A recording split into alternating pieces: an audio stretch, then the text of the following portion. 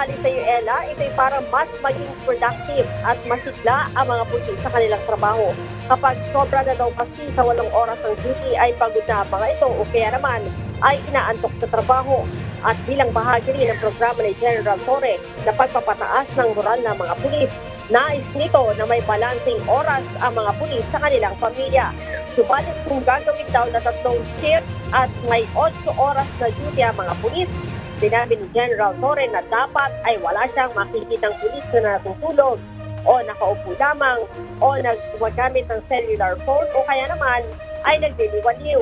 Dagdag ni General Torre na ipatupad na niya ang 8 hours duty na mga pulis nung siya pa ang District Director ng Quezon City Police District.